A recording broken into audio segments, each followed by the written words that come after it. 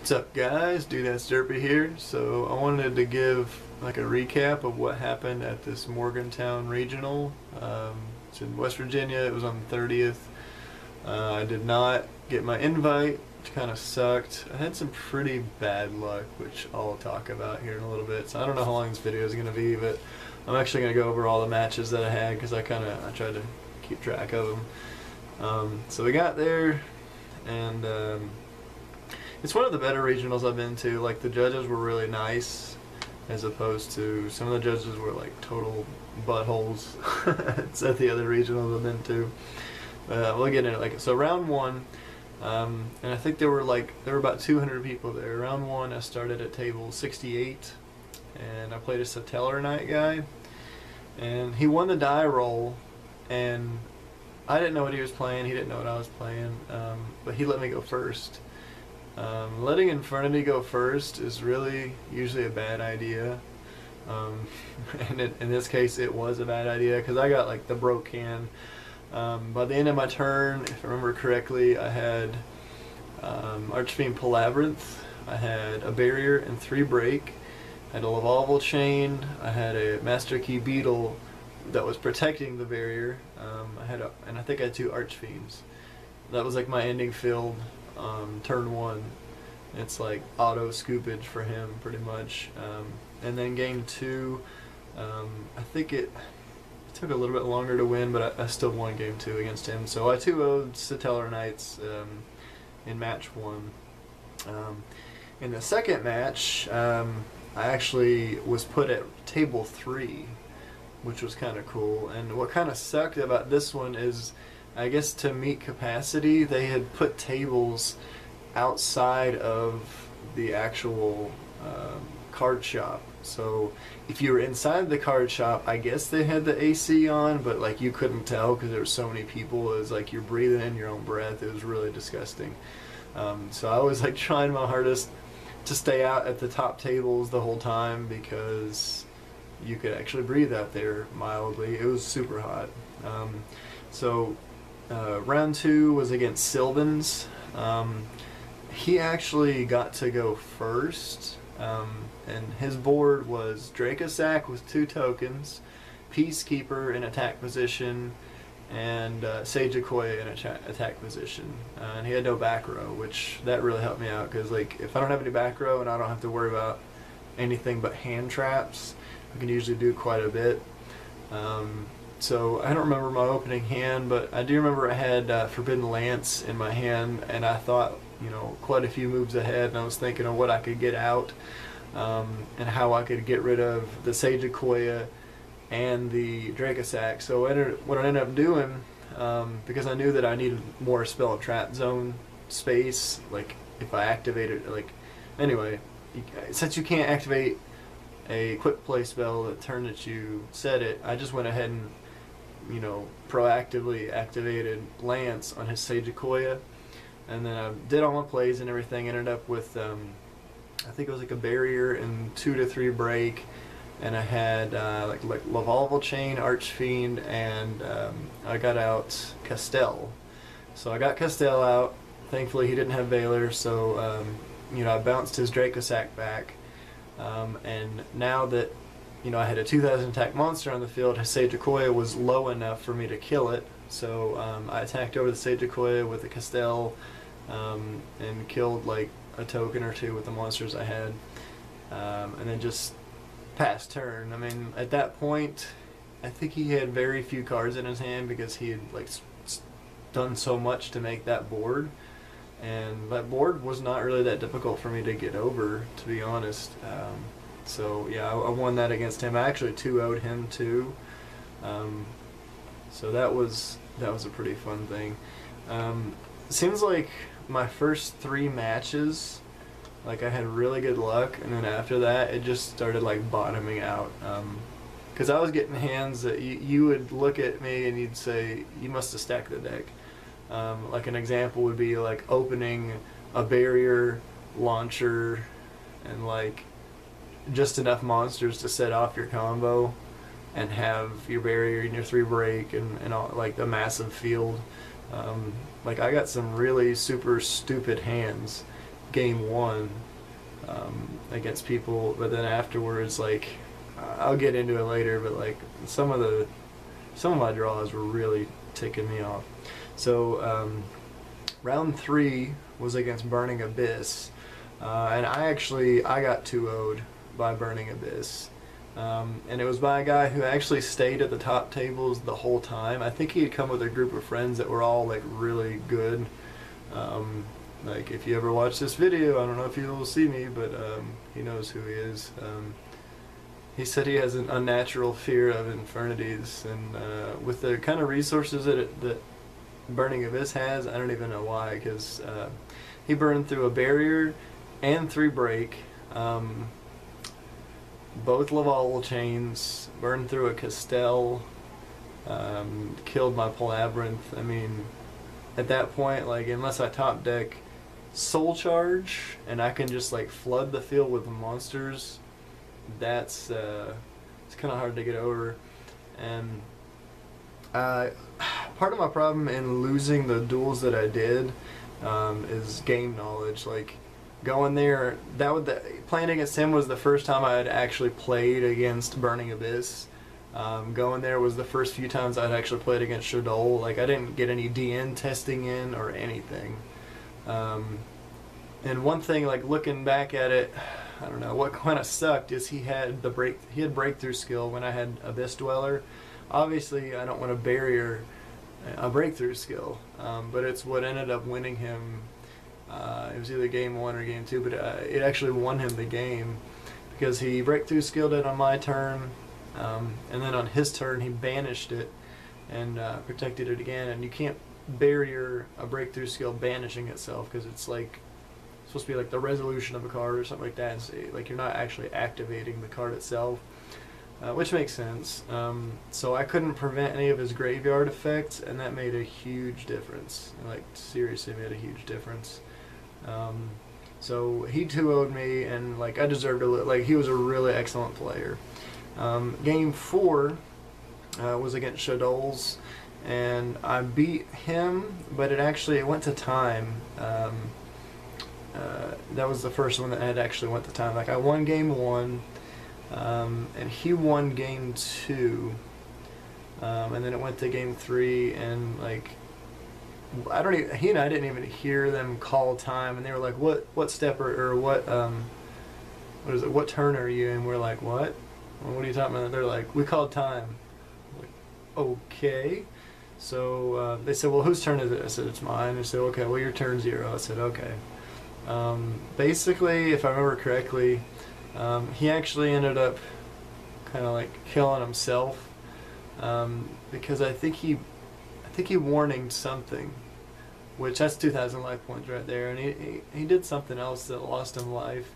So I was able to get in just enough life point damage to where when they called time, like, he couldn't kill me that turn, and that's all that had to happen. So it was pretty fun.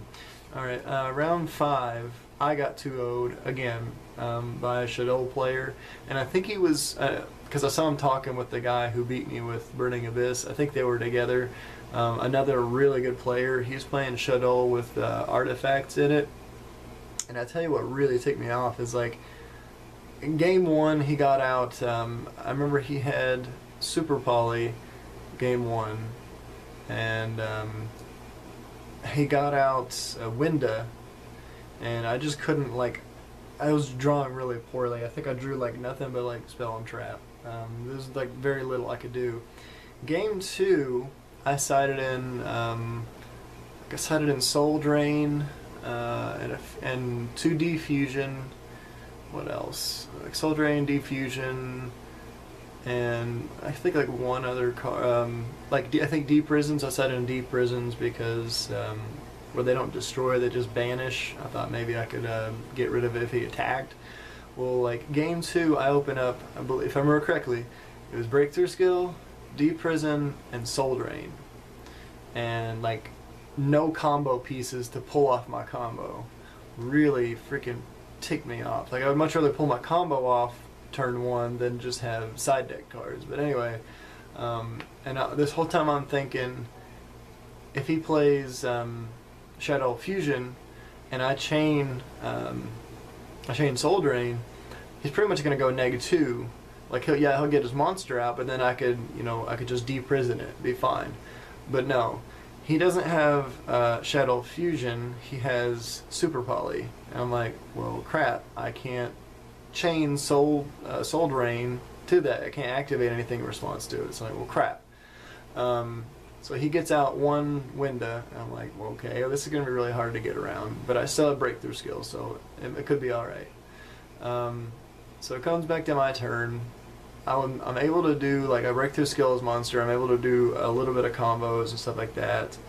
I think I ended up getting, like, Archfiend Labyrinth to my hand. I tried to attack his monster, and he activates Ignition, and he kills my Labyrinth, which obviously my monster is lower. I was attacking with an Archfiend, so he goes back to 18, died by battle. I was like, well, that sucks. But I ended up with, like, I still had like a barrier set and I had Archfiend on the field. Next turn, he plays another Super Poly. Barrier is useless against Super Poly because I can't respond to it. So sends my Archfiend to the grave, gets out another window, and I'm like, that's just GG right there. Like, what can you do? So had he had Shaddoll Fusion instead of Super Poly, I might have actually been in the game because I could have made him neg. And Soul Drain doesn't really hurt my deck very much except for, like, Street Patrol, but that's it. So yeah, he definitely was an excellent player. I feel like he did draw better than me, though. Like, I feel like I still had a chance to at least win game 2 if I had drawn better. So I'm a little salty about it, but he deserved to win. Okay, round 6. I went from that was table 16. Then I went back to table 30, which was back inside, and I'm like, oh gosh, I have to go back in this hellhole. But I played another Satellarknight player, and this match went to time 2. Like, I won game 1, he won game 2, and then it goes to game 3. And I can honestly say I've never made a grown man cry before, like, that I'm aware of, unless he was just crying in a closet and didn't tell anybody. But he went to time. It was like turn 0, turn 1, 2, 3, 4, 5. Comes back to him, and I had made just enough of a board to where he couldn't get any damage in, and anyway, he lost because he had less life than me. Even though I had played Soul Charge and I paid 3,000, like, I knew that 3,000 would establish enough of a board, though, to where he couldn't get any further damage in and couldn't do enough. Like, I remember that the other Satellarknight guy that I played, I had to keep in mind life points too, because they've got that monster that does 1,000 burn damage. He got that off on me twice, and had I played Soul Charge and paid like 2,000, I would have actually lost that match. But I was smart enough, and I was paying close attention to that. But this guy finally, like, he realizes he loses. There's nothing else he can do. He slams his hand down on the table. He goes, "I just lost a fucking Infernities, man. I don't get my invite now." And I'm like, and before he did that, you could see, like, his eyes were watering, like, tearing up, like, and he wouldn't look me in the face because he didn't want me to, like, see that he was crying. I hate to laugh, but, like, a full-grown man, he's probably, like, in his 20s, like, early 20s. Like, a full-grown man crying over a children's card game just doesn't, logically make sense to me. So yeah, he got, like, super salty and just, like, walked off. And I was even gonna be like, shake his hand like I did with everybody else. Like, when I first walked out, I'd say, is your name yada yada? They say yeah. I say, hi, I'm Jason. Shake their hand. Whether I won or lost, I'd wish them luck on the next one. Like, I'm a nice player, and I'm not like a rule shark kind of guy.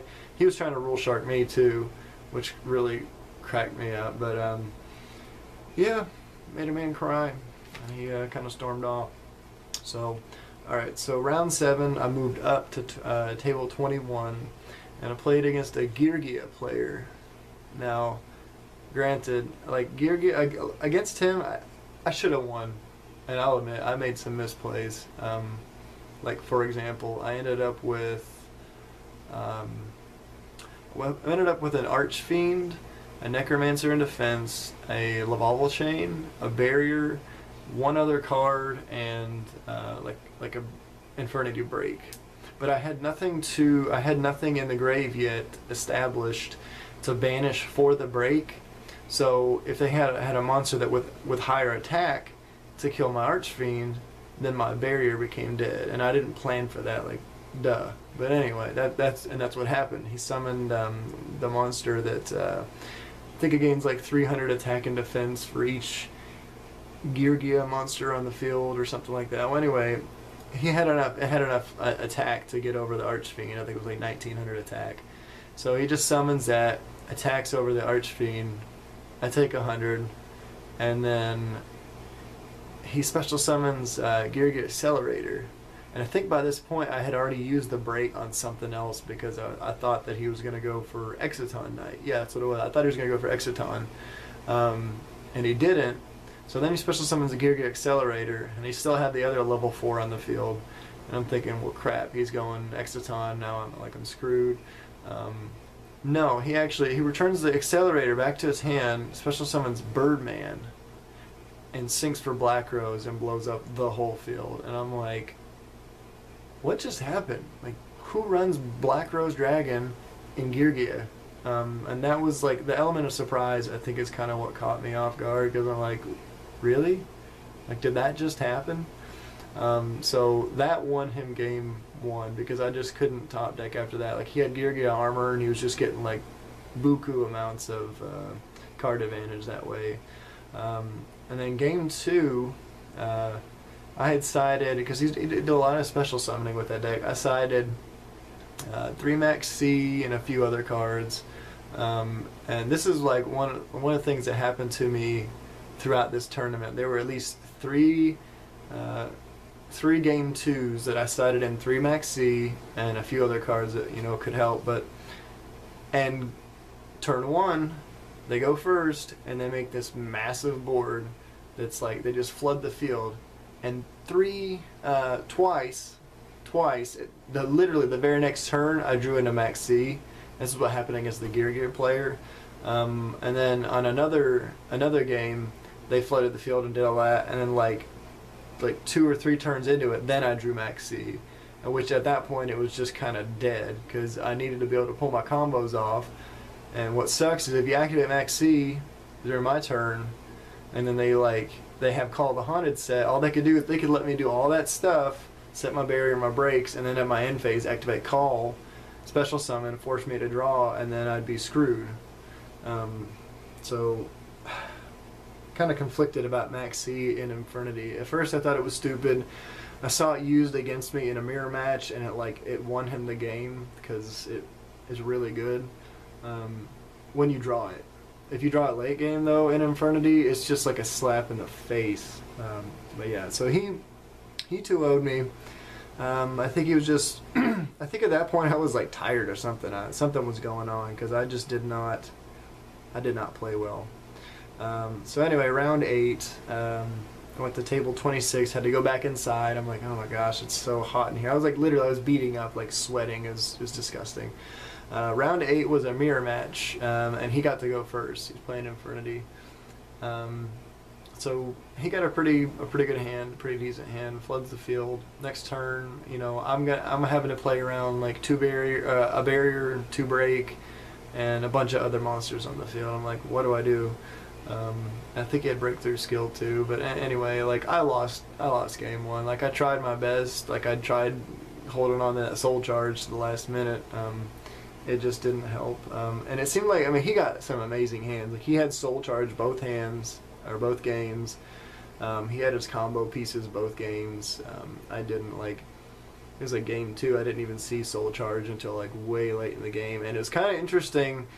What was weird is, like, it was kind of a grind game to where he and I, neither one of us could like really get anything going because we kept stopping each other's plays. And then we kept top decking like amazing top decks. Like, he top decked Launcher, or top decked Archfiend, and I top decked like Launcher or Soul Charge, and then he would top deck something else. I'm like what is going on here? But it was interesting. But game 2, I sided 3. literally, when I draw my 6th card, it's max C.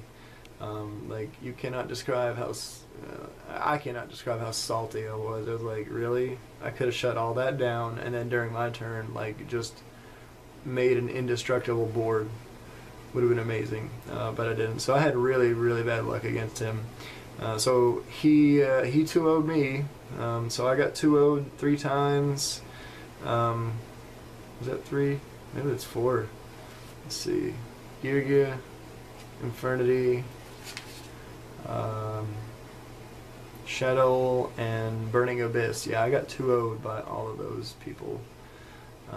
Really freaking sucked, to say the least. Anyway, so out of like 200 people, I came in 54th place, which is not horrible, but when you want to get your invite, it's still not. It's kind of sucks. But I got some videos up, or will have some videos up of the cards that I pulled. I bought 2 mega tins on the way to the regional to try to pull Satellarknight, which I did, which is really awesome. Oh yeah, the Satellarknight guy that I beat and 2-0'd him, I actually got Satellarknight's effect off twice, because I did it once. He pulled off a few combos because he chain called the Haunted and did yada yada. Had 2 monsters on the field and 1 card in hand. He would have had 2 cards in hand, but he screwed up, and I was like, okay, Exciton again? And he goes, yeah. So killed that, but it was fun. But okay, back to the Megatins. I pulled a bunch of stuff in the Megatins, and I pulled like Shadow Core and a few other not very valuable cards, but I mean at least good cards in the packs from the regional. So if you want to check out that video, it'll be up soon enough. If you're interested in buying or selling, I take PayPal. All right, Dude, that's Trippy out.